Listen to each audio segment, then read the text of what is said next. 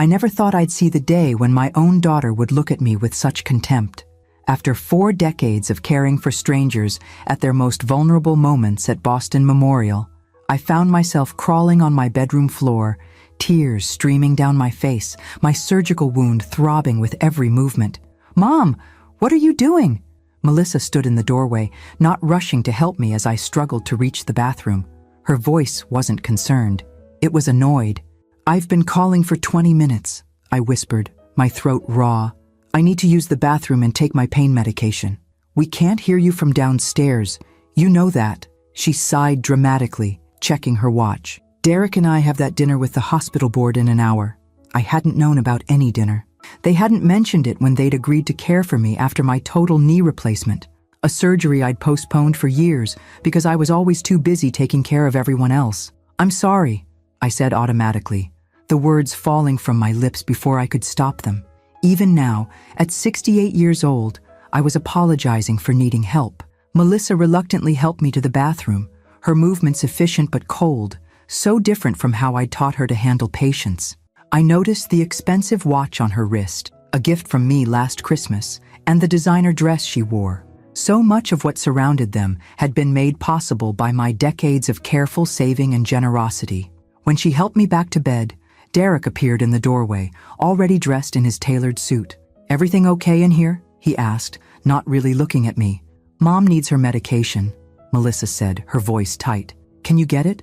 I need to finish my makeup." Derek's face darkened. "Again? Didn't she just take it 3 hours ago?" "It's time for her scheduled dose," Melissa replied. I lay there, listening to them talk about me as if I wasn't in the room. This wasn't the first time since I'd arrived a week ago. Small comments, exchanged glances, sighs of inconvenience. They'd been building. "I can try to reach it myself," I offered, attempting to lean toward the nightstand. No, I'll get it." Derek's voice was clipped as he handed me the pill bottle and a glass of water. That's when it happened. As I fumbled with the child-proof cap, the bottle slipped from my hands, pills scattering across the hardwood floor. "For God's sake!" Derek exploded, his face flushing red. "That's it! I've had enough!" Melissa rushed back into the room. "What happened?" "Your mother dropped her pills everywhere." "I don't have time for this." I tried to apologize, tried to reach for the fallen medication, but the movement sent searing pain through my surgical leg. "Stop!" Melissa snapped. "You'll tear your stitches and then what? We'll have to take you back to the hospital?" "I'm sorry," I whispered again, tears welling in my eyes. That's when they both seemed to crack, years of hidden resentment boiling over. "Do you know what we've given up this week?" Melissa's voice rose. "I've had to reschedule 3 surgeries. Derek's missed 2 important meetings." "We're not your servants, Anne," Derek added, using my first name, something he'd never done before. "And we're definitely not your nurses." "You spent your whole life taking care of strangers," Melissa continued, her words cutting deeper than any surgical knife ever could. "Did you expect us to drop everything for you? We have careers too." "Not everyone can be the legendary Nurse Simmons," Derek muttered, the contempt in his voice unmistakable. Then came the words that shattered whatever illusions I had about our relationship. "We're not your infirmers," they shouted in unison, their faces twisted with frustration. "We have our own lives."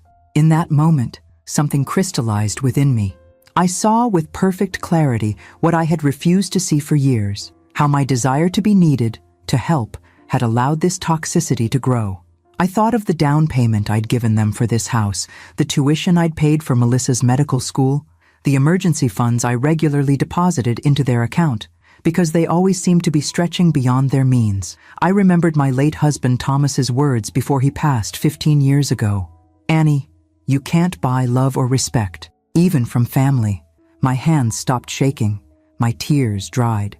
A strange calm settled over me as I reached for my phone on the nightstand.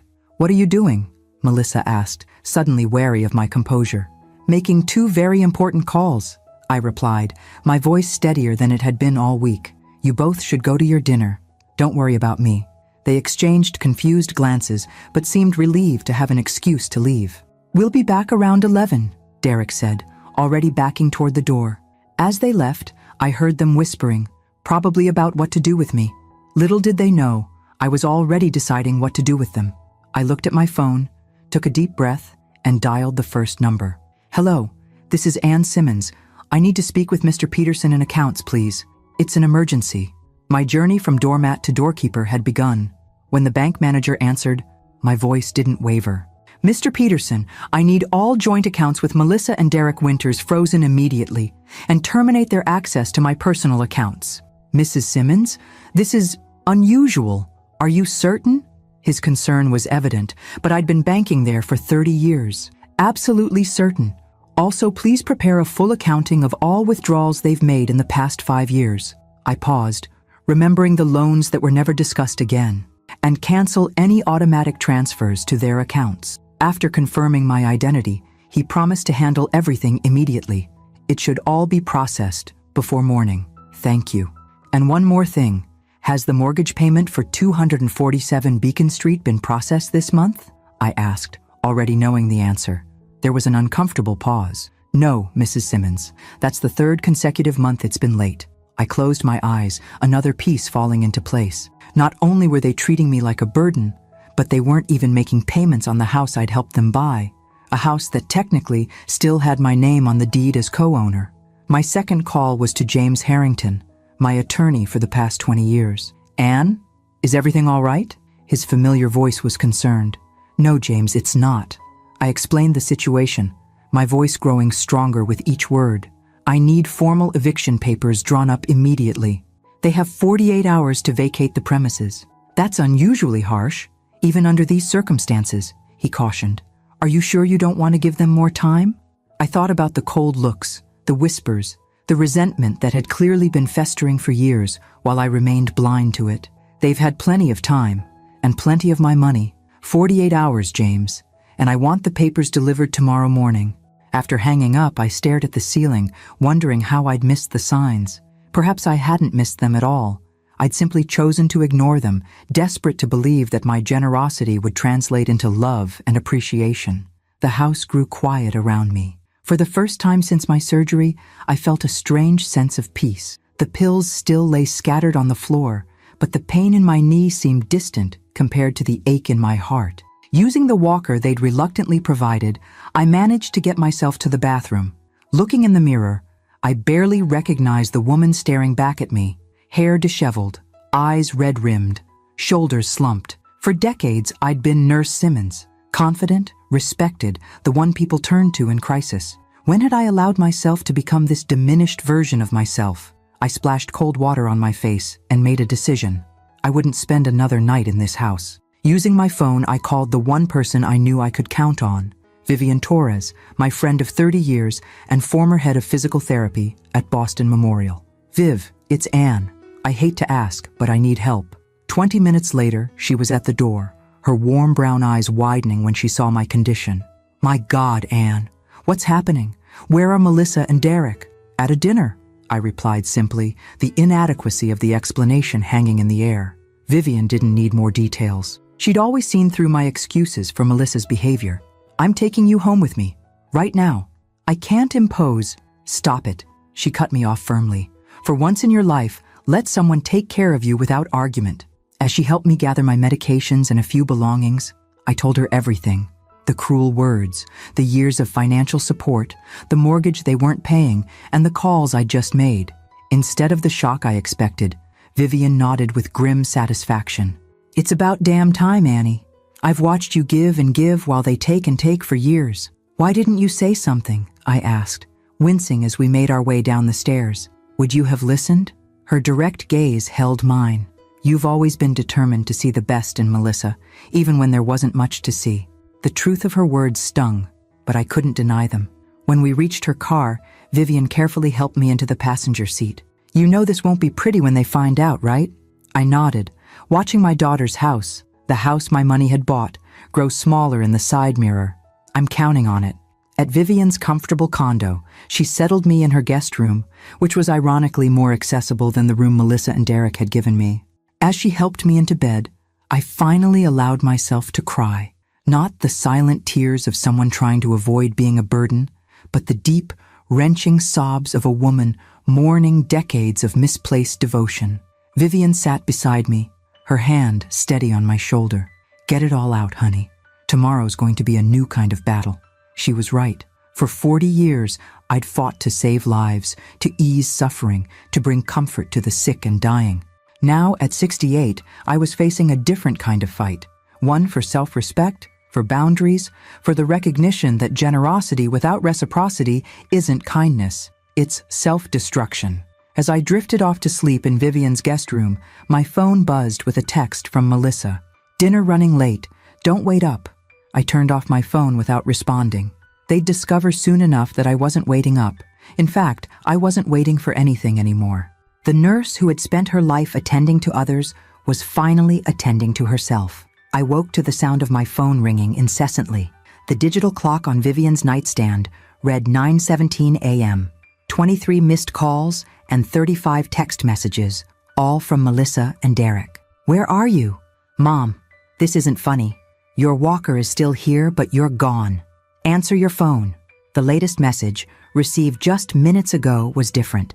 "There's some man here with legal papers." What's going on?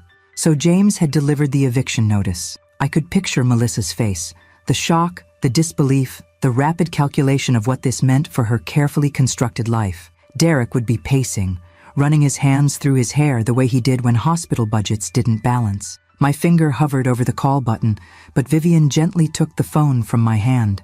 "Breakfast first," she said firmly. "You'll need your strength." She helped me to her dining room where she'd prepared eggs, toast, and fresh fruit. I couldn't remember the last time someone had made me breakfast. At Melissa's, I'd been expected to fend for myself despite barely being able to stand. "They found the papers," I said, picking at my toast. Vivian nodded. "Good. How do you feel?" "Terrified, relieved, guilty." I looked up at my friend. "Is that strange? To feel guilty about standing up for myself? For you? It's practically a reflex." Vivian's eyes were kind but unflinching. "You've spent your life making sure everyone else's oxygen mask was secure before even thinking about your own." My phone rang again. Melissa's face appeared on the screen. "You should answer," Vivian said, "but put it on speaker. I want to hear what that ungrateful daughter of yours has to say." I took a deep breath and pressed the green button. "Hello, Melissa." "Mom, where are you?" Her voice was shrill, panicked. "There's some lawyer here saying we have to leave our house in 48 hours. And the bank called Derek saying our accounts are frozen. What's happening?" "I think you know exactly what's happening," I replied, my voice calmer than I felt. "I've simply taken your words to heart. You're not my nurses, and I'm not your ATM." "Is this because of what we said yesterday?" "We were stressed, Mom. You can't possibly—" "I can, and I have." I cut her off, surprising myself with my firmness. "The house payments you've been forgetting to make for the past 3 months? That stops now. The emergency funds you've been using for vacations and renovations? That stops too. How did you—" "We were going to catch up on those payments." Derek's voice now. They had me on speaker too. "This is completely unreasonable." "Is it?" I asked. "Tell me, Derek, was it reasonable to leave your mother-in-law crawling on the floor for 20 minutes when she needed help? Was it reasonable to resent caring for me for 1 week when I paid for your wife's entire medical education?" Silence on the other end. Then Melissa, her voice suddenly softer, calculating. "Mom, you're upset, and you have every right to be. We've been under a lot of pressure lately with work, but that's no excuse. Come home, and we'll talk about this like adults." "I am home," I replied, "just not at your house." "Where are you?" The panic was creeping back into her voice. "With someone who actually cares about my well-being." I glanced at Vivian, who gave me an encouraging nod. "The eviction stands, Melissa. You have until tomorrow morning. You can't do this. Where are we supposed to go?" "You're both highly paid medical professionals. Figure it out." The words felt foreign in my mouth, direct, unapologetic. "This isn't you, Mom." Melissa's voice dropped to a whisper. "Someone's influencing you. Is it Vivian?" "I bet it's Vivian." My friend rolled her eyes so dramatically, I almost laughed despite the tension. "No one is influencing me except you and Derek. You showed me exactly who you are and what I mean to you. Consider it a valuable lesson, one I should have learned years ago." "We'll fight this," Derek interjected. "You can't just throw us out of our home." "Actually, I can. Check the deed, Derek. My name is still on it because you insisted it would be easier for the mortgage application. The mortgage you haven't been paying, by the way." I could hear them whispering frantically to each other, no doubt realizing the precariousness of their position. "Mom?" Melissa tried again, her voice honeyed now. You've just had major surgery. You're on pain medication. You're not thinking clearly. Let's not make any hasty decisions. My mind hasn't been this clear in years, I replied. And if you're concerned about my medical state, that's interesting, considering yesterday you couldn't be bothered to help me to the bathroom. Another silence then. What do you want? Is this about money? Because if it is, it's not about money, Melissa. It's about respect. It's about recognizing that relationships aren't transactional. I don't want anything from you except for you to comply with the eviction notice. After everything I've done for you? Her voice cracked, genuine emotion breaking through the calculation. I'm your daughter. The question hung in the air, heavy with decades of complicated history. Yes, you are my daughter, and I will always love you. I took a deep breath. But love without respect isn't healthy for either of us. I've enabled behaviors that aren't serving anyone well. That stops now. So you're just cutting us off? Throwing us out? Disbelief colored her words. I'm creating boundaries, long overdue ones. I felt tears threatening, but pushed them back. What happens next is up to you. This isn't over, Derek growled. You'll regret this. I've regretted many things in my life, Derek. Setting boundaries isn't going to be one of them. With that, I ended the call. Vivian reached across the table and squeezed my hand. I'm proud of you, Anne. That couldn't have been easy. The phone immediately began ringing again. I turned it off completely. It wasn't, I admitted, feeling drained yet somehow lighter. But it was necessary. As Vivian helped me to the living room couch, I realized that for the first time in decades, I wasn't calculating what someone else needed from me. Instead, I was finally asking myself, what do I need? The answer was beginning to take shape, and it looked nothing like the life I'd been living. When James called that afternoon to report that Melissa and Derek were attempting to contest the eviction, I wasn't surprised. What did surprise me was my own reaction. Not panic or regret, but a steely resolve I hadn't felt since my early days in nursing, when I'd stand up to dismissive doctors who underestimated my knowledge. They're claiming you're mentally incompetent due to your medication and recent surgery, James explained, his voice matter of fact. They've already contacted your surgeon to request your medical records. They won't get them, I replied confidently. Doctor-patient confidentiality still applies, even to family members who are doctors themselves. That's correct. However, they're building a case that you're being unduly influenced and are incapable of making sound financial decisions. I laughed without humor. Interesting argument from people who haven't paid their mortgage in 3 months, despite having 2 six-figure incomes, James chuckled. I made a similar point to their hastily acquired attorney. Anne, I don't want you to worry. Their case is weak, especially given that you've been making sophisticated financial and legal decisions throughout your career. After our call, Vivian helped me perform the physical therapy exercises I'd been neglecting at Melissa's house. The pain was excruciating, but necessary. A fitting metaphor for what I was going through emotionally. They're not going to let this go easily, I winced as I bent my knee as instructed. Of course not, Vivian replied, gently supporting my leg. You've pulled the financial rug out from under them. People show their true colors when money's involved. I just keep thinking about all the signs I ignored over the years, I admitted. The way Melissa would tense up whenever someone at the hospital mentioned my name. How Derek would make little comments about my interference even while accepting my help. You wanted to believe the best of them, Vivian said. That's not a character flaw, Anne. It's just that some people take kindness for weakness. Around 6 that evening, my phone, which I'd briefly turned back on, lit up with a text from an unexpected source. Caroline Jenkins, my former nursing colleague who now worked at the rehabilitation facility connected to Boston Memorial. Anne, your daughter was just here asking questions about available rooms for you.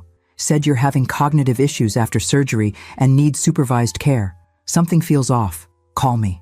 My hands shook as I showed Vivian the message. They're trying to have you committed, Vivian said, outrage coloring her voice, to a rehab facility where they can claim you need constant supervision. And once I'm there, they could petition for temporary guardianship, I added, the pieces falling into place. Especially if they convince my doctors I'm not thinking clearly. I immediately called Caroline back, explaining the situation in detail. I knew something wasn't right, she said. Melissa was asking about facilities with memory care units which made no sense for a knee replacement patient, and she kept emphasizing how confused you've been. Caroline, if anyone from my family tries to admit me or claims authority to make decisions for me, say no more, she interrupted firmly. I'll alert all departments. No one will admit you without speaking directly to you first, and I'll make sure your surgeon knows what's happening. No sooner had I ended that call than my doorbell rang. Vivian peered through the peephole and stepped back, her expression grim. It's Melissa, and she's not alone. There's a man in a uniform with her. A police officer? I asked, alarm rising in my throat. No, looks like paramedics? Anne, I think they're trying to force the issue. My heart pounded as Vivian cracked the door, keeping the security chain engaged. Can I help you? She asked, her voice deceptively pleasant. I'm here to see my mother. Melissa's voice was tight with barely controlled anger. I know she's in there. Your mother doesn't wish to see visitors right now, Vivian replied calmly. This isn't a social call, Melissa snapped. We have concerns about her mental state and physical safety. We've brought medical transport to take her to a facility where she can receive proper care. The paramedic looked uncomfortable, shifting his weight from foot to foot. Ma'am, we received a call about an elderly post-surgical patient experiencing confusion and requiring medical intervention. That elderly patient is a respected medical professional who is perfectly competent, Vivian replied. And she's not confused in the slightest. That's for doctors to determine, Melissa insisted. Vivian, you're interfering with necessary medical care. That could be construed as elder abuse. I'd heard enough. Using my walker, I made my way to the door. Open it, Vivian, I said quietly. She looked concerned but removed the chain, allowing the door to swing open fully. Melissa's eyes widened when she saw me standing there, dressed in clean clothes, hair neatly combed, fully alert. Mom, she faltered. We've been so worried. No, you haven't, I interrupted, my voice steady despite my racing heart. You've been worried about your finances and your reputation, not about me. I turned to the paramedic. Sir, I apologize that you were brought here under false pretenses. As you can see, I'm alert and oriented. I gestured to my surgical leg. I had a total knee replacement last week, but my mind is perfectly clear. The man looked between Melissa and me, clearly uncomfortable with the situation. She's on heavy pain medication, Melissa insisted. She's not making rational decisions. I reduced my pain medication 2 days ago, I countered. And I've made perfectly rational decisions my entire life, including the decision to stop enabling ungrateful family members. Perhaps I should contact my supervisor, the paramedic said, reaching for his radio. That won't be necessary, came a new voice from behind them. James stood in the hallway, his imposing figure a welcome sight. I'm Mrs. Simmons's attorney, and I have paperwork proving her competency was assessed just this morning by an independent psychiatrist. This was news to me. James had been busy indeed, but I didn't let my surprise show. Melissa's face flushed with anger. You had no right to freeze our accounts. That money was promised to us. And there it was, the real reason for this desperate attempt. Not concern for my well-being, but panic over their financial situation. I had every right, I replied calmly, and I never promised you unlimited access to my life savings. What about everything you owe me? After all I've sacrificed, tears welled in her eyes, but I recognized the manipulation for what it was. Sacrificed? I echoed, incredulous. I paid for your education, your wedding, your house, and held it over my head my entire life, she shouted, mask finally dropping completely. Always the perfect Nurse Simmons, making sure everyone knew how generous she was, while making me feel like I could never measure up. The paramedic backed away, clearly wanting no part of this family drama. James stepped forward, placing himself between Melissa and me. I think it's time you left, he said firmly. Any further communication should go through me. As Melissa was ushered away, still protesting, I caught a glimpse of something in her eyes that I'd never fully acknowledged before. Not just anger or entitlement, but deep-seated resentment that had been festering for years. I closed the door and leaned heavily on my walker, suddenly exhausted. Are you okay? Vivian asked gently. No, I admitted, but I will be. What I didn't say was that something had broken inside me, the last tenuous thread of the illusion that my relationship with my daughter could ever be what I'd hoped for. It was a death of sorts, and like any death, it would require mourning.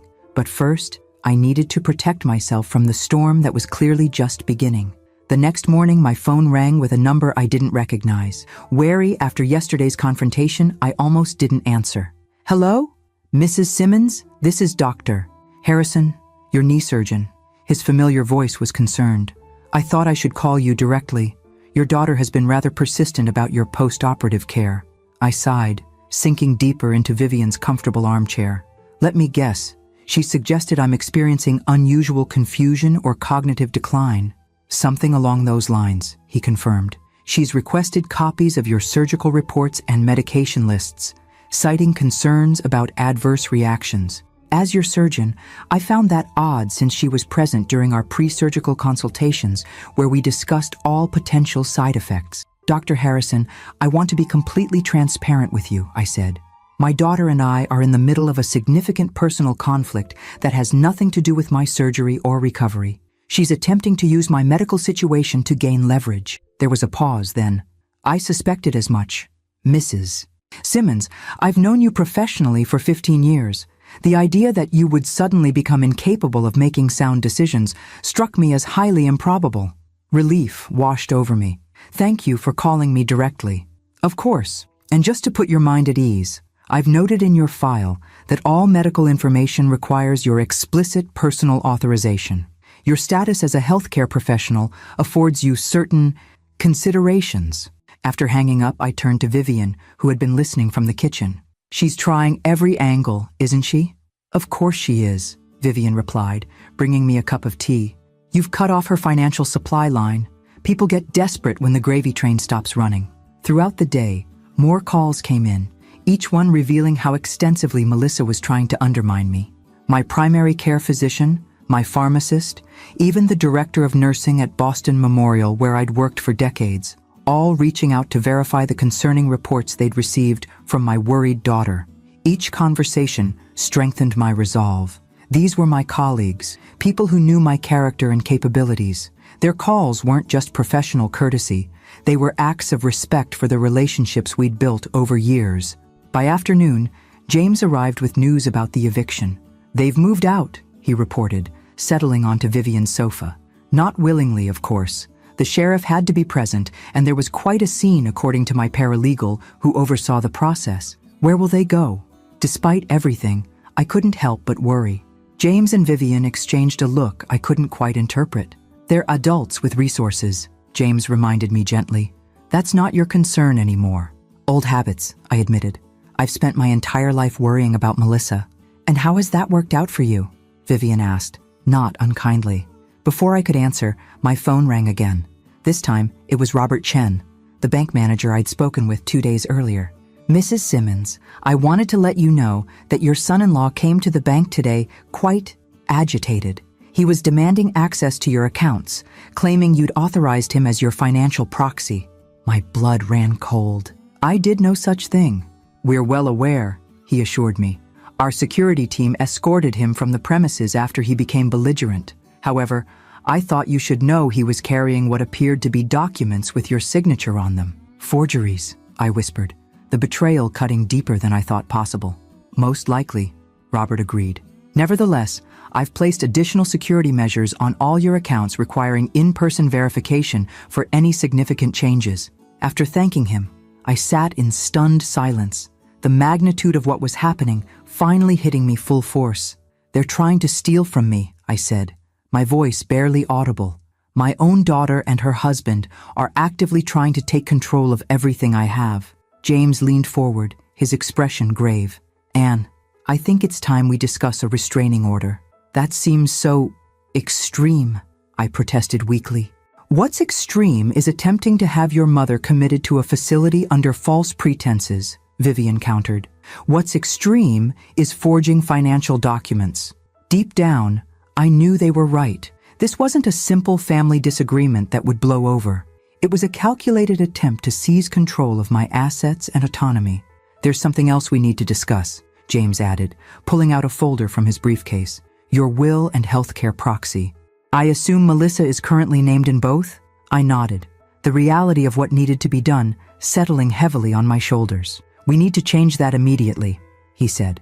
"Given recent events, Having Melissa in a position to make financial or medical decisions for you poses a significant risk. For 40 years, I'd never considered naming anyone but my daughter as my heir and proxy. Even after Thomas died, it seemed the natural order of things, mother to daughter, generation to generation. Who would I name instead? I asked, genuinely at a loss. Vivian squeezed my hand. That's entirely your decision, Anne, but it should be someone you trust completely, someone who has your best interests at heart. As if on cue, my phone lit up with a text message from Caroline. Thought you should know. Several of us from the old nursing team are putting together a rotation schedule to help with your recovery once you're ready. No one messes with one of our own. Just say the word. Tears welled in my eyes as I showed the message to Vivian and James. You see? Vivian said softly. Family isn't always blood. That evening, as Vivian helped me with my exercises, my phone rang again. This time, it was my grandson, Tyler, Melissa's 19-year-old son who was away at college in California. Grandma? What's going on? Mom and Dad aren't making any sense and they're saying you've lost your mind or something? His genuine confusion touched me. Tyler had always been a sweet boy, somewhat removed from his parents' materialistic values. It's complicated, sweetheart, I began, unsure how much to share. Your parents and I are having a serious disagreement about some financial matters. Is it true you kicked them out of their house? He asked hesitantly. The house is in my name, I explained. And yes, I asked them to leave after they made it clear they weren't willing to help me recover from my surgery. There was a pause, then, is that why you paid for that summer program for me last year? So you could hold it over everyone's heads later? The question stung, revealing how thoroughly Melissa had poisoned even this relationship. Tyler, I've never kept a ledger of the things I've done for people I love, I said carefully. I paid for your program because I believed in your talent and wanted to support your dreams. There were no strings attached. Mom says you're manipulating everyone with your money, he continued, clearly repeating what he'd been told, that you've always used it to control her. I closed my eyes, gathering my thoughts. This young man deserved honesty, not bitterness. Your mother and I have very different perspectives on our history together, I finally said. But I want you to know that whatever happens between us, it doesn't change how I feel about you. I don't know what to believe, he admitted. Dad's saying we might have to move, and Mom's been crying, and everything's just messed up. I'm sorry you're caught in the middle of this, I told him sincerely. It's not fair to you. After we hung up, I sat quietly, contemplating the ripple effects of my actions. Standing up for myself wasn't affecting only Melissa and Derek. It was reshaping every relationship connected to them. Collateral damage, Vivian observed, reading my expression. It's unavoidable. He's just a boy, I murmured. He's 19, she reminded me. Old enough to form his own opinions eventually, once the dust settles. As night fell, I found myself standing before the mirror in Vivian's guest bathroom, really looking at my reflection for the first time in years. The woman staring back at me seemed simultaneously familiar and foreign, the same gray-streaked hair and laugh lines, but with a new steadiness in her gaze. I thought about the allies who had emerged in just the past 48 hours, colleagues, friends, professionals who respected me enough to question the narrative Melissa was spinning. For decades, I'd poured all my emotional energy into one relationship, neglecting the community that had quietly surrounded me all along. Enough, I whispered to my reflection. It's time to rewrite this story. The next morning, James arrived with a notary and a stack of documents that would fundamentally reshape my future. As we spread the papers across Vivian's dining table, I felt a strange mix of grief and liberation. We'll start with the revocation of power of attorney, James explained, sliding the first document toward me. This nullifies any previous authorization Melissa had to act on your behalf. I picked up the pen, my hand hovering over the signature line. Will this be public record? Yes, James confirmed. That's partly the point, to create an official paper trail showing you've explicitly removed her authority. I signed my name with a surprisingly steady hand. Next came the healthcare proxy, the document that would determine who could make medical decisions for me if I became incapacitated. For over 20 years, Melissa's name had occupied that space. Have you decided who you'd like to name? James asked gently. I glanced at Vivian, who had been quietly supportive throughout this process. Would you be willing? Her eyes widened in surprise. Of course, Anne. I'd be honored. But are you certain? More certain than I've been about anything in years, I replied. I trust you with my life, literally, in this case. As I signed that document, I felt a weight lifting. No longer would I have to fear that a health crisis might give Melissa control over me. The most difficult document came last, my revised will. You don't have to make final decisions today, James reminded me. This is just a preliminary revision to ensure Melissa and Derek don't remain your primary beneficiaries. I stared at the blank spaces where new names should go. I've never considered anyone else. Take your time, James advised. Many of my clients establish charitable foundations or trusts with specific purposes. Others choose to benefit institutions that were meaningful to them. As he spoke, an idea began forming, something that felt right in a way I couldn't quite articulate. Boston Memorial has a nursing scholarship program, I said slowly. For years, I've watched talented nurses' aides struggle to advance their education while working full-time. James nodded, making notes. A scholarship endowment would be entirely feasible with your assets. And Tyler, I added, my grandson shouldn't suffer for his parents' actions. I'd like to establish a trust for him, something Melissa and Derek can't access, but that will support his education and perhaps help him purchase his first home someday. Very reasonable, James agreed. Anything else? I thought about my modest collection of jewelry, including my mother's pearls that I'd always assumed would go to Melissa someday. Caroline Jenkins has a daughter who just entered nursing school. I'd like to leave my mother's pearls to her. As we continued working through the details, I realized I was dismantling the future I had always imagined, one where my possessions and resources would naturally flow to my daughter and her family. In its place, I was creating something new, a legacy that reflected values rather than obligation. By the time James and the notary left, I felt emotionally drained but oddly peaceful. The papers were signed, the decisions made. There would be no going back to the way things had been. How do you feel? Vivian asked, bringing me a cup of tea as I rested my leg. Like I've attended my own funeral, I admitted, but also like I've been reborn. She nodded thoughtfully. Endings and beginnings often happen simultaneously. That afternoon, my physical therapist Marcus arrived for our first home session. Vivian had arranged for him to come to her apartment rather than the outpatient facility where I'd originally been scheduled, another small kindness in a growing constellation of support. As Marcus guided me through exercises that made sweat bead on my forehead, my phone rang. Melissa's number flashed on the screen. Do you want to answer it? Vivian asked. I shook my head. Not right now. The phone eventually stopped ringing, only to light up with a text message. I know what you did.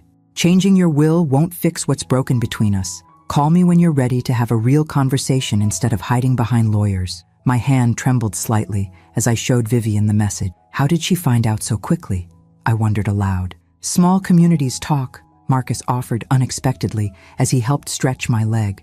I've worked with enough wealthy families to know that banks, law offices, and medical facilities all have staff who gossip. No offense intended. None taken, I assured him. You're probably right. After Marcus left, I found myself staring at Melissa's message, trying to decode what lay beneath her words. Was there a genuine desire to repair our relationship, or just another attempt to regain access to my resources? You don't have to decide anything right now, Vivian reminded me, seeing my distress. I know, I sighed, but eventually, I'll have to face her. On your terms, Vivian emphasized. When you're stronger, both physically and emotionally. That evening, we received an unexpected visitor. The doorbell rang around 7, and Vivian peered through the peephole, her posture immediately stiffening. It's Derek, she whispered. My heart raced.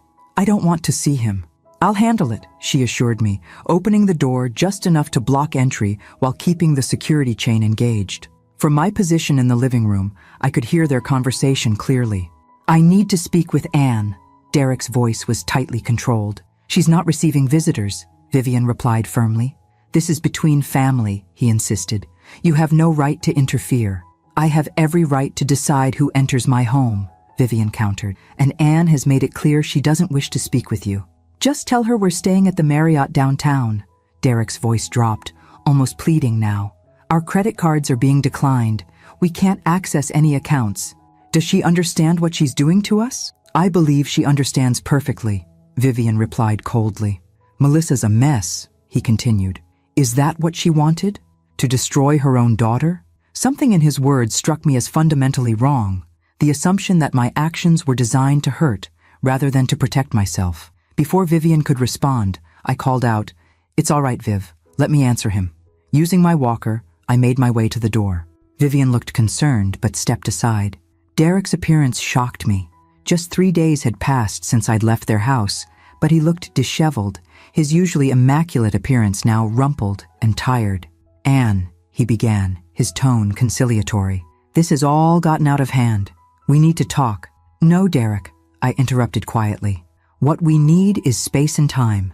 What you and Melissa need is to experience the consequences of your actions and attitudes." So this is punishment?" His facade of politeness cracked slightly.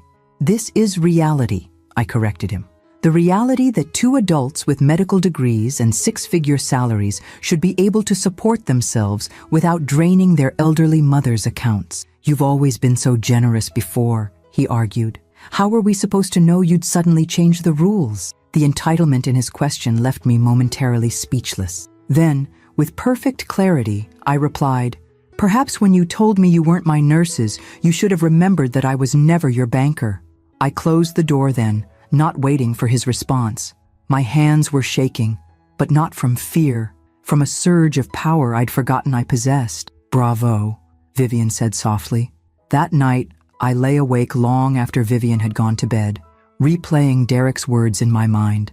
Our credit cards are being declined. How had they, 2 highly paid professionals, become so financially dependent on me that a few days without access to my accounts had left them unable to pay for a hotel room? The answer was uncomfortable, but obvious. I had created this situation through years of unquestioning generosity. Their entitlement had grown in direct proportion to my enabling. As painful as this upheaval was, perhaps it was necessary, not just for me, but for them as well. With that thought, I finally drifted off to sleep, dreaming not of the past I was leaving behind, but of the future I was reclaiming. 2 weeks after my confrontation with Derek, I was settling into a new rhythm. My knee was healing well, thanks to Marcus's diligent therapy sessions and my own determination. I could now move short distances with just a cane, each step a small victory. Vivian had been an unwavering pillar of support, but I knew I couldn't stay in her guest room indefinitely. We were beginning to discuss my options when an unexpected call arrived from my grandson Tyler. "Grandma, are you okay? I've been trying to reach you." His concern warmed my heart. "I'm doing much better, sweetheart. How are you holding up?" There was a pause, then, "I'm in Boston. Can I see you?" The request caught me off guard. "You're supposed to be in California for classes." "I took a week off," he explained. "Things at home are intense. Mom and Dad are fighting constantly. They had to move into this small apartment, and Mom keeps saying it's all your fault. But Dad's blaming her for mismanaging their finances, and I just needed to get away from it all." My heart ached for him. At 19, he shouldn't be caught in the crossfire of adult conflicts. "Of course you can see me," I told him. "But I should warn you, I'm not staying at my apartment. I'm with a friend." "That's fine," he said quickly. "I just want to hear your side of the story." After discussing it with Vivian, we arranged for Tyler to visit that afternoon. I spent the intervening hours anxiously wondering what Melissa had told him, how much he knew, and whether this visit was genuine or another manipulation tactic. When the doorbell rang at 3, Vivian gave my shoulder a reassuring squeeze before going to answer it. Tyler stood in the doorway, looking both older and younger than I remembered. He'd grown his hair out since Christmas, and there was a new wariness in his eyes that hadn't been there before. "Hi, Grandma," he said awkwardly, hovering at the threshold. "Tyler." I opened my arms, and after a moment's hesitation, he stepped forward to embrace me. "It's so good to see you." Vivian discreetly retreated to her bedroom, giving us privacy in the living room. "You look good," Tyler said, studying me as he sat down. "Mom said you were having cognitive issues after your surgery." I couldn't help the small, sad laugh that escaped. "I assure you my mind is perfectly clear. The only thing I'm suffering from is belated clarity." "What happened, Grandma?" "Everything was fine at Christmas, and now suddenly Mom says you've gone crazy and are trying to punish her for something." I took a deep breath, considering how much to share with this young man who was still finding his way in the world. "Tyler, has your mother ever told you where the money came from for your summer program at Berkeley last year? Or who made the down payment on your parents' house?" He shrugged. I assumed it was from their savings, or maybe they took out loans. I paid for your program, I said gently, just as I paid for your mother's medical school, and the down payment on their house, and countless other expenses over the years. His eyes widened. Why? Because I loved you all and wanted to help. I never expected anything in return, except perhaps basic kindness. Carefully, I explained what had happened after my surgery, the neglect, the cruel words, the final confrontation that led to my decision to leave and freeze the accounts. They wouldn't help you to the bathroom? Tyler looked horrified. But Mom's a doctor. Being a doctor doesn't automatically make someone compassionate, I replied sadly. Even to family. Tyler was quiet for a long moment, processing this information. They told me you went crazy and started punishing them because they couldn't wait on you hand and foot while they were working. Is that how they characterized it? That I expected to be waited on hand and foot? He nodded, looking uncomfortable. Tyler, I spent 4 decades as a nurse. I've changed more bedpans and helped more patients to the bathroom than I can count. I understand the demands of medical careers. What I couldn't understand was why my own daughter and her husband would leave me crawling on the floor in pain rather than help me to the bathroom. So you kicked them out of their house? He asked, his tone not accusatory but confused. The house is in my name, I explained. I paid for it, and they hadn't been making the mortgage payments, despite their combined income of over $500,000 annually. Tyler's eyebrows shot up. They make that much? I nodded. Your parents have lived well beyond their means for years, relying on my support to fill the gaps. When I removed that support, the truth of their financial situation became apparent. But why not just talk to them about it? Why the lawyers and eviction notices? His question was fair, the kind that only someone young enough to still believe in simple solutions to complex problems would ask. Because when people show you who they are, you should believe them, I said softly. Your parents showed me exactly how they viewed me, not as a mother or grandmother worthy of care, but as a convenient source of financial support they felt entitled to. And now? Tyler asked. What happens now? I reached for his hand. Now we all have choices to make. Your parents can choose to acknowledge their behavior and work to rebuild trust, or they can continue blaming me for the consequences of their actions. And you, I squeezed his hand gently, you can form your own opinions based on what you know of me, of them, and of the situation. They want me to convince you to unfreeze the accounts, he admitted, not meeting my eyes. Mom said if I could just talk some sense into you, everything could go back to normal. There it was, the real reason for his visit. Yet I couldn't find it in my heart to be angry with him. He was barely an adult, thrust into a situation he didn't create. Is that why you came? I asked quietly. He hesitated, then nodded slightly. At first, yeah, but now I'm not sure. They didn't tell me about any of this. They just said you were being irrational. And what do you think now that you've heard my side? Tyler looked up, conflict evident in his young face. I don't know what to think. You've always been there for me. For all of us. It doesn't make sense that you'd suddenly change unless something serious happened. It wasn't sudden for me, I told him. It was the culmination of years of taken-for-granted generosity. The surgery just brought everything to the surface. We talked for another hour, Tyler asking questions and me answering as honestly as I could without demonizing his parents. As our conversation wound down, he seemed troubled but thoughtful. Can I ask you something personal, Grandma? Of course. Are you going to write Mom out of your will completely? The directness of the question startled me. Has she discussed my will with you? He nodded, looking embarrassed. She said you're trying to cut her off from her rightful inheritance because of one argument. I took a steadying breath, hurt anew by Melissa's characterization. I've restructured my estate, yes. Some of my assets will go to nursing scholarships, some to charitable causes I believe in, and some, I looked directly at him, will be held in trust for you, accessible when you're a bit older. His eyes widened. For me? But Mom said, Tyler, inheritance isn't a right. It's a gift, and gifts should go to people who have shown love, respect, and appreciation, not entitlement. As he prepared to leave, Tyler hugged me tightly. I don't know what's going to happen with all this, but I'm glad I came. I needed to see for myself that you were okay. I'm more than okay, I assured him. I'm finally learning to value myself as much as I've valued others. After he left, Vivian emerged from her room. How did it go? They sent him to convince me to unfreeze the accounts. I sighed. Are you surprised? No, I admitted. But I am disappointed. Using him as a pawn. I shook my head, unable to finish the thought. At least he had the courage to hear your side, Vivian pointed out. That shows character.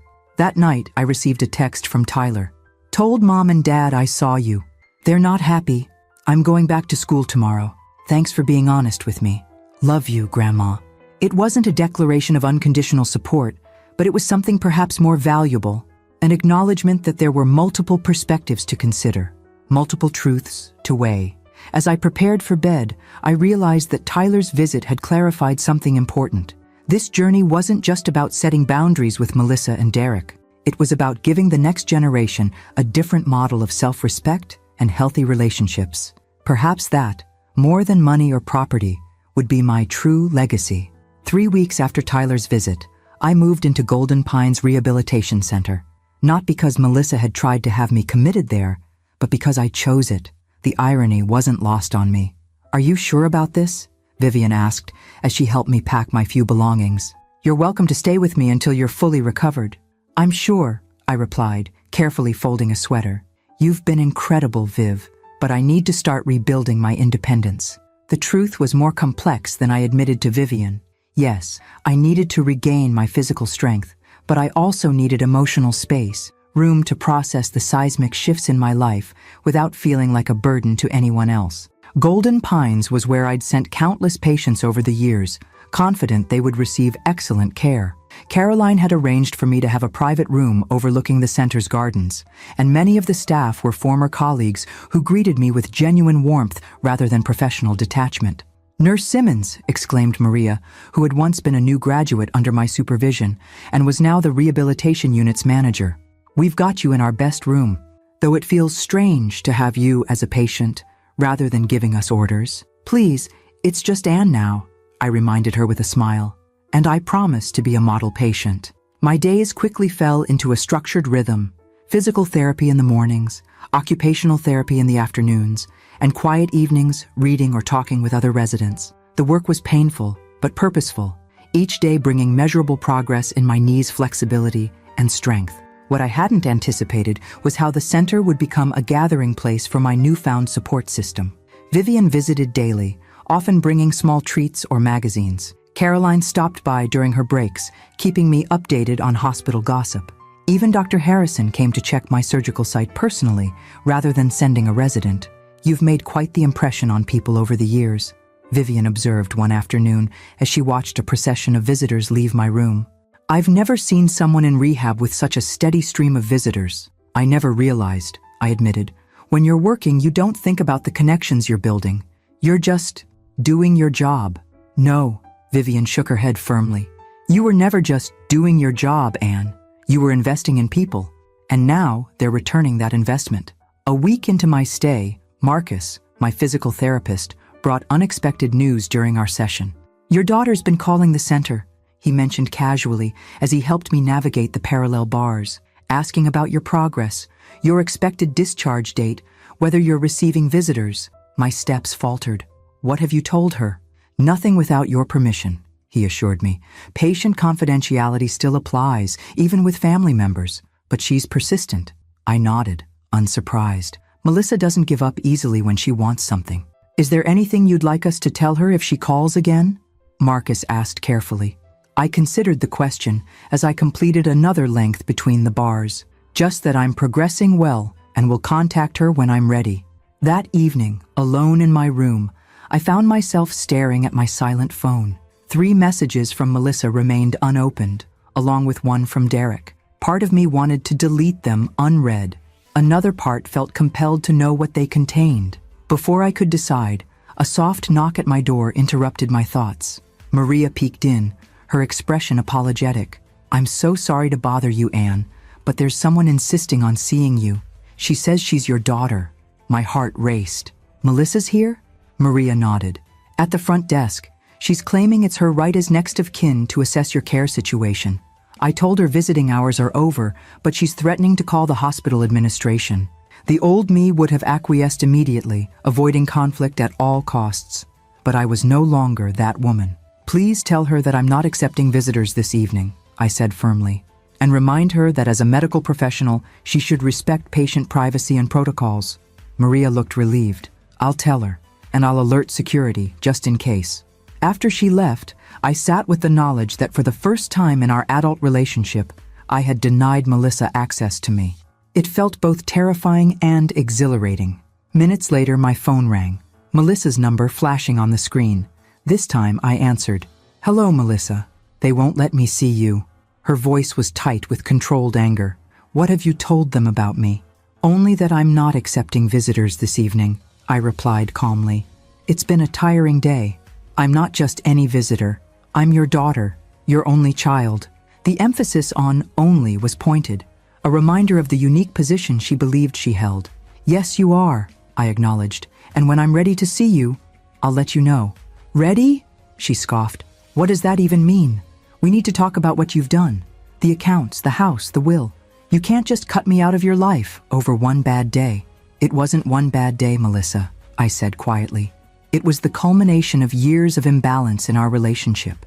And we will talk, eventually, but not tonight, and not until I'm stronger. Tyler said you've been manipulating him too, she accused, telling him you've set up some trust fund for him while cutting me out. The distortion of my conversation with Tyler stung, but didn't surprise me. I didn't manipulate anyone. I simply answered his questions honestly. You know what? Fine. Her voice hardened. Stay in that place with all your nurse friends fawning over you. Play the victim. But don't expect me to come crawling back when you realize how lonely life is without family. Is that what you think this is about? I asked, genuinely curious. That I want you to crawl back? Isn't it? Isn't this whole dramatic production designed to make us grovel for forgiveness? I sighed deeply. No, Melissa. This isn't about punishment or groveling. It's about recognizing my own worth and setting healthy boundaries, something I should have done decades ago. Boundaries, she repeated mockingly. Is that what your therapist is calling it? Because from where I'm standing, it looks like plain old revenge. I'm sorry you see it that way, I said, refusing to be baited into anger. When you're ready to have a real conversation, one that acknowledges how your actions affected me, I'll be here. Until then, I need space to heal, both physically and emotionally. Whatever, Mom. Call me when you're done with your little empowerment journey. The line went dead. I placed my phone on the nightstand, hands shaking, but mind clear. Despite her dismissive words, I'd heard something beneath Melissa's anger, fear. For perhaps the first time in her adult life, she was facing a mother who wouldn't capitulate to emotional manipulation. Maria checked on me shortly after, concern evident in her expression. Everything okay? The receptionist said your daughter left in quite a state. Everything's fine, I assured her, surprised to find that I meant it. Actually, better than fine. I think I just passed an important test. That night, I slept more peacefully than I had in weeks, unburdened by the anticipation of an inevitable confrontation. It would come eventually, but on my terms, when I was ready. The next morning, Marcus noted my improved mobility during therapy. Something's different today, he observed, as I completed my exercises with new determination. You're moving with more confidence. I smiled, thinking of the emotional weight I'd set down the night before. Let's just say I've finally stopped carrying unnecessary baggage. He laughed, not fully understanding the double meaning, but appreciating my renewed spirit. Whatever it is, keep it up. At this rate, you'll be ready for discharge ahead of schedule. As I worked through my exercises, I realized that this rehabilitation was about far more than my knee. I was rebuilding myself from the inside out, stronger, more balanced, and finally aligned with my own truth. 6 weeks after my surgery, I was discharged from Golden Pines with a certificate of completion that the staff had playfully decorated with gold stars. My knee, while still stiff in the mornings, was functioning better than it had in years. I could walk unassisted, climb stairs cautiously, and even stand long enough to cook simple meals. It was time to go home, not to Melissa's house or Vivian's guest room, but to my own apartment that had stood empty these past weeks. Are you sure you don't want to stay with me a bit longer? Vivian asked as she helped me pack my belongings. Your place has been closed up for a while. James had a cleaning service go through it last week, I assured her, and I need to start living my own life again. What I didn't say was that I was finally ready for the confrontation I'd been postponing. By returning to my own space, I was reclaiming not just my physical independence, but my emotional autonomy as well. As Vivian drove me home, I felt a mixture of anticipation and trepidation. My apartment building, an elegant pre-war structure in Back Bay, had always represented security to me. Now I wondered if it would feel different, knowing how much else in my life had changed. When we pulled up to the curb, I was surprised to see Tyler sitting on the steps, a duffel bag at his feet. "Grandma!" He stood as I carefully exited the car. "Surprise! Tyler? What are you doing here? Shouldn't you be in California for finals?" He embraced me gently, mindful of my still healing knee. "Finals were last week. I'm on summer break now. I thought maybe, if it's okay, I could stay with you for a few days?" I studied his face, noting the shadows under his eyes. "Of course you can stay. But does your mother know you're here?" His expression tightened. "Yeah, she knows. That's kind of why I'm here, actually." Once inside my apartment, which smelled freshly cleaned but still unmistakably like home, Tyler helped Vivian bring in my belongings while I settled onto my familiar sofa with a sigh of relief. "It's good to be home," I murmured, running my hand over the familiar fabric. After Vivian left with promises to check in tomorrow, Tyler sat across from me, his posture tense. "What's going on, sweetheart?" I asked directly. "You didn't fly across the country just to welcome me home." He took a deep breath. "Mom and Dad are getting divorced." The news stunned me. Despite their many flaws, Melissa and Derek had always seemed like a united front, particularly when it came to financial matters. "I'm so sorry," I said sincerely. "When did this happen?" "Dad moved out about 3 weeks ago. They've been fighting constantly since everything with you happened." Tyler looked down at his hands. "Dad says Mom's spending habits destroyed their credit and put them in debt. Mom says Dad never would have married her if he hadn't thought he was getting your money eventually." The ugliness of their accusations toward each other pained me, especially knowing that Tyler was caught in the crossfire. "And how are you handling all this?" I asked gently. "Not great," he admitted. "That's partly why I came here. I needed to get away from both of them for a while." "I understand," I assured him, reaching for his hand. "You're always welcome here. There's something else," he added hesitantly. "Mom knows I'm here, and she wants to come talk to you. She says it's time to clear the air." I tensed involuntarily. "Did she put you up to this? Ask you to soften me up first?" "No." Tyler looked genuinely offended. "I mean, she knows I was coming to see you, but this was my idea. I'm tired of being stuck in the middle. I thought maybe if you two could actually talk." His hope was so earnest, so youthful in its optimism, that I couldn't bring myself to dismiss it outright. "When does she want to come?" I asked, mentally preparing myself. "Tomorrow afternoon?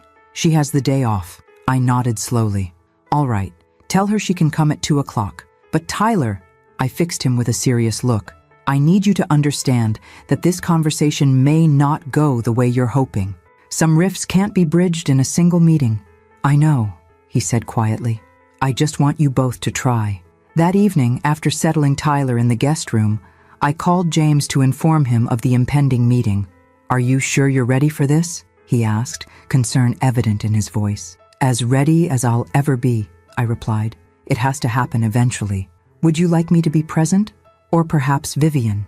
I considered his offer, tempted by the security of having an ally present. But ultimately, I shook my head, though he couldn't see the gesture. "No," I decided. "This needs to be between Melissa and me. Having others there would only complicate things. Call me immediately after," he instructed. "And remember, you don't have to agree to anything on the spot. You can always say you need time to consider." The next morning, I woke early, a lifetime of hospital shifts having permanently altered my internal clock. I found Tyler already in the kitchen, attempting to make breakfast. "I thought you might like some protein after all that hospital food," he explained, somewhat sheepishly presenting a plate of slightly overcooked eggs. "It looks wonderful," I assured him, touched by the gesture. As we ate, I studied my grandson, his father's height and build, but with hints of Melissa's features around the eyes and mouth. He was the best of both of them, untainted by the materialism and resentment that had poisoned their relationship with me. "Tyler," I began carefully, "about today's meeting with your mother." He looked up expectantly. "I want you to make yourself scarce while she's here. Go to a movie, visit the public garden." Anything. This conversation needs to happen without an audience. He frowned slightly.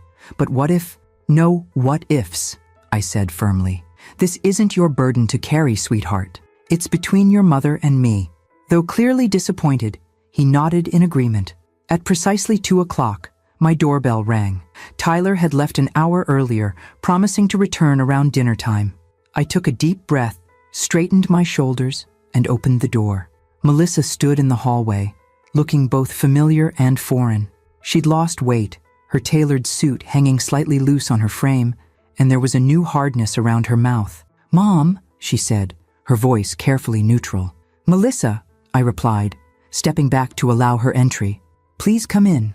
She entered cautiously, her eyes scanning the apartment as though looking for changes. I led her to the living room, where I'd arranged 2 chairs facing each other. Close enough for conversation, but with enough distance to maintain my personal space. "Would you like some tea?"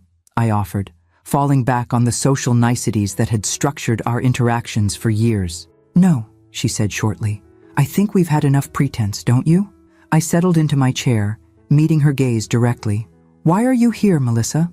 "Tyler thinks we need to talk," she said, her tone suggesting she found the idea dubious at best. "And what do you think?" She sighed, some of her defensive posture deflating. "I think our relationship is beyond repair, but I also think we need closure." "Closure," I repeated. "That sounds very final." "Isn't that what you wanted?" she challenged. "When you froze the accounts, evicted us from our home, and rewrote your will?" "What I wanted," I replied evenly, "was respect, consideration, basic human kindness from my daughter during a vulnerable time." She flinched slightly but recovered quickly. "One bad day, Mom. We had one bad day after years of taking care of you, and you punished us like we were criminals." "Taking care of me?" I echoed incredulously. "Melissa, I've been financially supporting you and Derek for years. I paid for your education, your wedding, your house, and never let us forget it," she interrupted, color rising in her cheeks. "Every gift came with invisible strings. Every generous gesture was another way to remind me that I couldn't succeed on my own." Her accusation struck me like a physical blow. "Is that really how you perceived my help? As some sort of power play? What else was I supposed to think?" she demanded. The great Nurse Simmons, beloved by all, swooping in to rescue her struggling daughter at every turn. "Do you have any idea what it was like growing up in your shadow? Hearing about how respected and admired you were while I was just an afterthought?" I stared at her, genuinely bewildered. "An afterthought? Melissa, everything I did was for you. Every extra shift, every promotion I worked for, it was all to give you opportunities I never had. Opportunities to become you," she countered bitterly. "But I could never be you, could I? Never quite good enough, never quite successful enough on my own terms." As she spoke, I began to see glimpses of a narrative I'd never considered. How my pride in her accomplishments might have been perceived as expectations she could never meet. How my financial support, intended as love, might have felt like an ongoing statement of her inadequacy. "I never meant to make you feel that way," I said quietly. "I was trying to help, to show my love the only way I knew how. By buying it," she stated flatly. "And then when we couldn't repay that love in exactly the way you wanted, you took it all away." We sat in silence for a moment, the weight of decades of misunderstanding hanging between us. "Derek's filing for bankruptcy," she finally said, her voice tight. "Without access to your funds, it turns out we were completely overextended. The credit card debt, the car leases, the club memberships." I didn't respond, waiting for her to continue. "Is that what you wanted to hear?" she asked, a hint of the old defiance returning. "That you were right? That we were living beyond our means? That without your money, we're falling apart?" "No," I replied truthfully. "What I wanted was for my daughter to see me as a person with feelings and needs, not just as a convenience or a resource." Melissa looked away, a muscle working in her jaw. "Well, I see you now.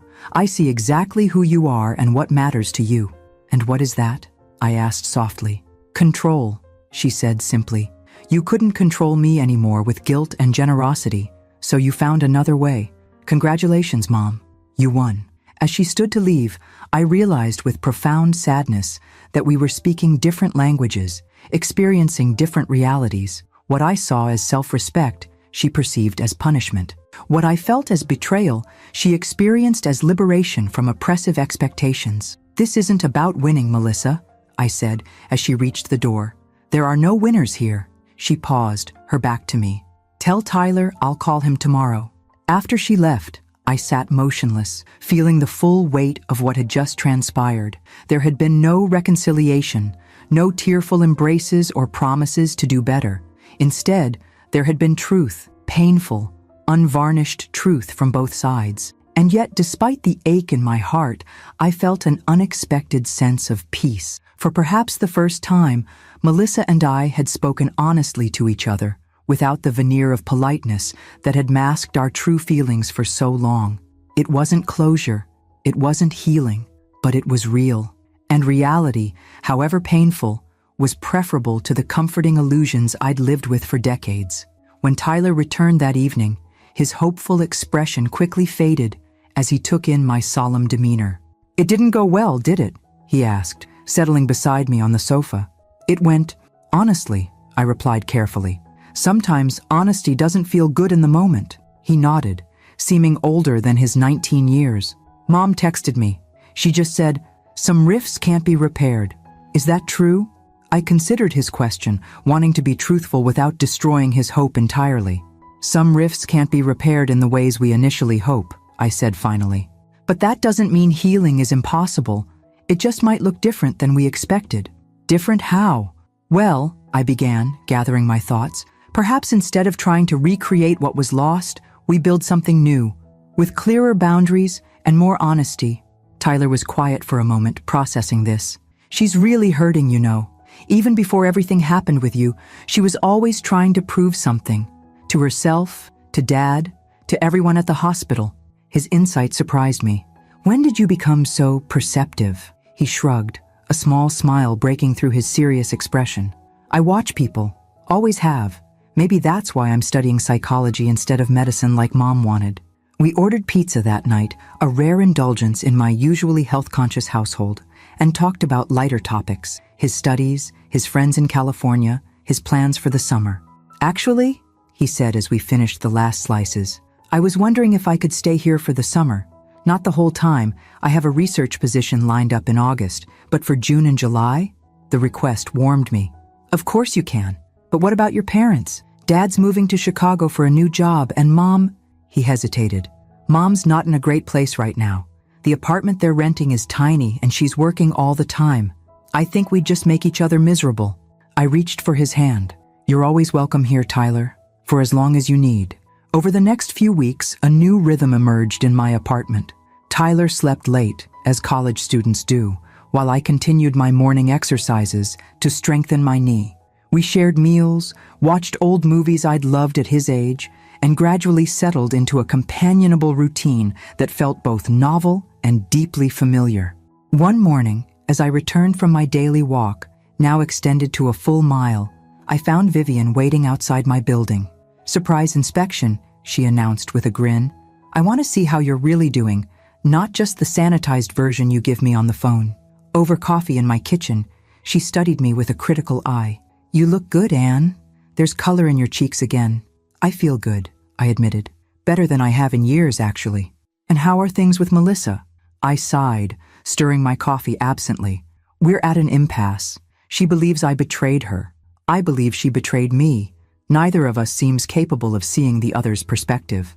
"Give it time," Vivian advised. 6 months ago, you wouldn't have even acknowledged there was another perspective to consider." Her observation struck me as profoundly true.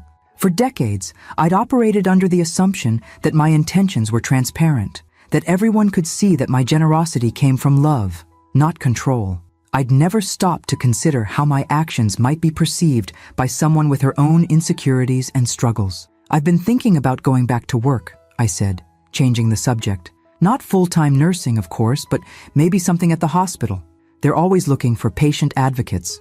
Vivian raised her eyebrows. "Are you sure that's wise? Melissa works there." "It's a big hospital," I pointed out. "And besides, I can't organize my life around avoiding my daughter forever." The truth was, I missed feeling purposeful. The weeks of recovery had given me time to reflect on what truly mattered to me. And while financial security and self-respect were important, So was the sense of contribution that had defined most of my adult life. Well, Vivian said thoughtfully, if anyone can navigate that potential minefield, it's you. Just promise me you'll be careful. 3 days later, I submitted my application for a part-time position in the hospital's patient advocacy department. A week after that, I was called for an interview. The morning of the interview, I stood before my closet, surveying my options. Most of my work clothes felt too formal for the role I was seeking, while my casual attire seemed too relaxed. Finally, I settled on a teal blouse that Tyler had once told me brought out the color in my eyes, paired with simple black slacks and low heels. As I prepared to leave, Tyler emerged from his room, rubbing sleep from his eyes. "Big day, right?" he yawned. "The interview?" I nodded, suddenly nervous. "Is it ridiculous for a 68-year-old woman to be anxious about a job interview?" "Not at all," he assured me. "It shows you care." He gave me a quick hug before shuffling toward the kitchen in search of breakfast. "You've got this, Grandma. Just be yourself. Be myself." Such simple advice, yet so profound. For most of my life, I'd defined myself through my relationships and responsibilities. Nurse, wife, mother, widow, provider. Now I was learning to define myself on my own terms. The interview went better than I'd anticipated. The department director, a woman about 15 years my junior, had actually been one of my nursing students decades earlier. "Nurse Simmons," she greeted me warmly. "I can't tell you how thrilled we are to have you apply. Your reputation for patient advocacy precedes you." 2 hours later, I left the hospital with a job offer and a start date for the following Monday. 3 shifts per week, helping patients navigate the increasingly complex healthcare system, using my experience and knowledge to ensure their voices were heard. It felt right. As I walked toward the parking garage, a familiar figure emerged from the hospital's main entrance. Melissa, in her white coat, deep in conversation with a colleague. She hadn't seen me yet, and for a moment I considered ducking behind a pillar to avoid an awkward encounter. Instead, I straightened my shoulders and continued walking. When she finally looked up and noticed me, her expression flickered through surprise, wariness, and something else I couldn't quite identify. "Mom?" She excused herself from her colleague and approached me cautiously. "What are you doing here?" "I had an interview," I replied simply. "In patient advocacy. I start next week." She blinked, clearly taken aback. "You're coming back to work? Here?" "3 days a week," I confirmed. "It's a big hospital, Melissa. I don't expect we'll cross paths often." She nodded slowly, processing this information. "Tyler mentioned you were considering it, but I didn't think that I'd actually do it?" I finished for her. "Or that they'd hire me?" "Neither, I guess." She adjusted her stethoscope, a nervous habit I recognized from her medical school days. "Well, congratulations." An awkward silence fell between us. Around us, hospital staff hurried past, caught up in their own urgent missions. "How are you?" I finally asked, the question inadequate, but sincere. "Managing," she replied shortly. Then, with visible effort, she added, "The divorce will be final next month. Derek's already moved to Chicago." "I'm sorry," I said, and meant it. Whatever their flaws as a couple, divorce was painful, especially after 15 years. "Are you?" she asked, a hint of the old bitterness creeping into her tone. "I would think you'd be glad to see us fall apart." "No," I said firmly. "I never wanted that, Melissa. Despite everything, I only ever wanted you to be happy." She studied me for a moment, as though trying to determine my sincerity. "Tyler seems happy staying with you. He's a remarkable young man," I said, grateful for the safer topic. "You should be proud of him." "I am," she acknowledged. "He's the one thing Derek and I did right." Another silence, less tense than before. "I should get back," she finally said, gesturing toward the hospital. "Surgery in 20 minutes. "Of course." She hesitated, then added, Maybe we could have coffee sometime to discuss how we'll handle working in the same facility." It wasn't an olive branch exactly, more like a pragmatic acknowledgement of our new reality. But it was something. "I'd like that," I replied. As she turned to go, I called after her. "Melissa, I meant what I said before. I do want you to be happy." She paused, not turning back fully. "I know, Mom. In your way, you always did." It wasn't forgiveness or reconciliation. It wasn't even particularly warm, but it was honest. And after decades of politeness masking deeper resentments, Honesty felt like a foundation we might eventually build upon. That evening, as Tyler and I celebrated my new position with takeout from my favorite Thai restaurant, I found myself filled with an unexpected sense of optimism. "You seem different," Tyler observed, studying me over his pad Thai. "Lighter, somehow." "I feel different," I admitted. "For the first time in my life, I'm making choices based solely on what I want and need, not on what I think others expect of me." "And how does that feel?" he asked. I considered the question, searching for the right words. "It feels like rebirth, like I'm finally becoming the person I was always meant to be." "At 68? He teased gently. "Why not?" I smiled. "Some flowers bloom late, but they bloom just as beautifully." As the evening sun filtered through my apartment windows, casting everything in a golden glow, I realized that the painful journey of the past months had led me not to an ending, but to a beginning. The relationship I'd tried so desperately to preserve might never be fully restored, but in its place, something new was emerging. A life defined by authenticity rather than accommodation, by self-respect rather than self-sacrifice. It wasn't the future I had once imagined, but as I looked at my grandson across the table and thought about my new role at the hospital, I knew with absolute certainty it was the future I deserved, and for the first time in decades, that knowledge was enough. Thật lòng mà nói, cảm giác đó là hoàn toàn hợp lý. Bởi vì những câu chuyện này không chỉ là giải trí, chúng gắn với lịch sử thật, những khó khăn thật, những cảm xúc thật, nên mình luôn cố gắng không bao giờ tiếp cận chúng một cách hời hợt. Mọi thứ trên kênh này, dù là hư cấu, đều được xây dựng từ sự cẩn trọng, từ việc học hỏi, từ việc lắng nghe, từ việc cố gắng thấu hiểu. Dù mình biết rằng mình sẽ không bao giờ hiểu hết được tất cả mọi thứ, và điều đó rất là quan trọng với mình, bởi vì mình không ở đây để nói thay ai cả. Mình cũng không ở đây để thay thế cho tiếng nói của bất kỳ ai. Mình ở đây như một người kể chuyện, một người tin rằng nếu câu chuyện được kể bằng sự tôn trọng và chân thành thì nó có thể tạo ra sự kết nối thay vì chia rẽ. Và điều đó thực sự có ý nghĩa với mình. Mình cũng muốn bạn biết rằng mình luôn học hỏi. Mỗi bình luận, mỗi góc nhìn, mỗi phản hồi mình đều đọc, đều suy nghĩ và cố gắng cải thiện. Vì vậy nếu có điều gì mình làm chưa tốt, mình luôn sẵn sàng lắng nghe. Không phải để tranh luận, không phải để bảo vệ cái tôi, mà là để hiểu hơn và làm tốt hơn. Bởi vì cuối cùng, kênh này không phải là chỉ về mình. Nó là về những gì chúng ta có thể cùng cảm nhận được. Là về một không gian nơi tình yêu không bị giới hạn bởi màu da, bởi định kiến hay bởi những khuôn mẫu mà xã hội đặt ra. Là về việc cho thấy rằng sự kết nối, một sự kết nối thực sự có thể tồn tại ngay cả trong những hoàn cảnh mà người ta nghĩ là không thể. Và có lẽ thế giới này cần nhiều điều đó hơn nữa, nhiều sự thấu hiểu hơn, nhiều sự đồng cảm hơn, nhiều sự cởi mở hơn để nhìn nhau như những con người trước khi nhìn vào sự khác biệt.